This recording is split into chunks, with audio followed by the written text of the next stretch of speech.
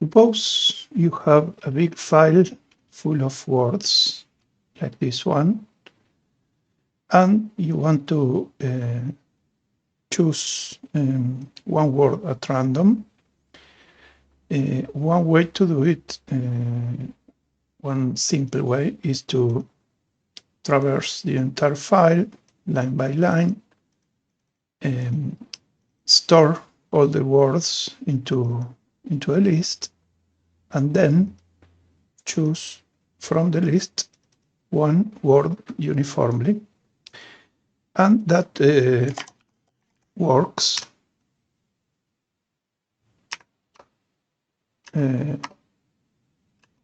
But it's obviously inefficient because we are using memory, and if the file is too big, the program will crash, obviously, because we will not have enough memory. So instead of this, we will use a nice trick that consists in the following. We will use two long integers,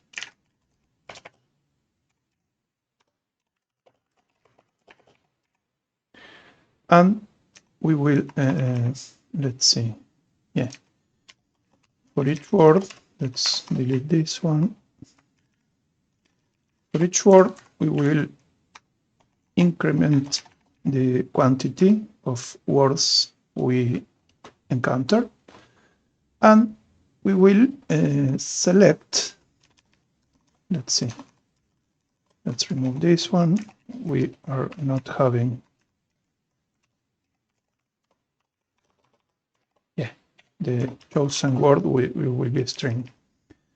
We will increase the quantity, and if a value from 0 to the quantity is equal to 0, we will store the current word. This is uniform chooses from 0 to quantity -1 in this case, but depending on your language, you will have other random facilities. So this will increase from 1 to the number of lines in the file. And obviously the first line will be chosen always, because uniform between 0 and 1 is always 0. And the second word will be chosen with a probability of 1/2. The third word will be chosen with a probability of 1/3, and so on. So each word will be equally likely to be chosen at the end. Let's try it, and sure enough, it works. Obviously, the demonstration that this always works, I will let the viewer think for themselves, but it's a nice trick. This obviously seems to be a contrived example to use this method, but sometimes you have to choose between things that you don't control. For example, you could have a process that generates values, and you must select one of them at random without knowing how many there will be.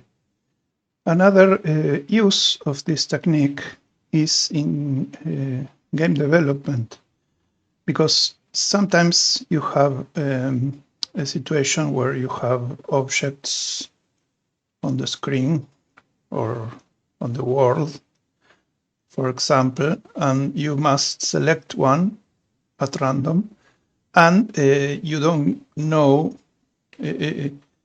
how many of them are candidates. For example, suppose these are all ships in shooting game, and you are here and send a bomb, and the bomb explodes at this point, and for example,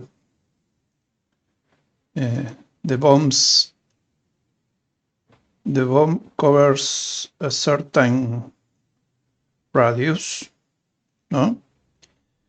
And the game must choose, for example, must choose one of the ships covered by the explosion to destroy.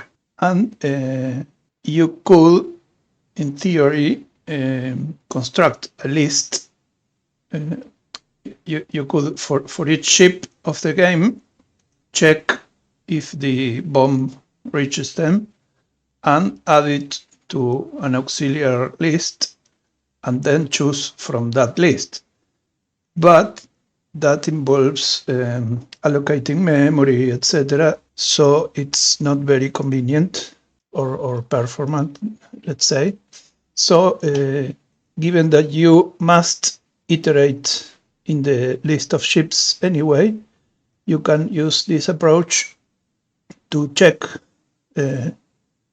during the global iteration, to check for each ship. You can add a condition, and inside that condition you can do this trick, and at the end you will have the chosen ship.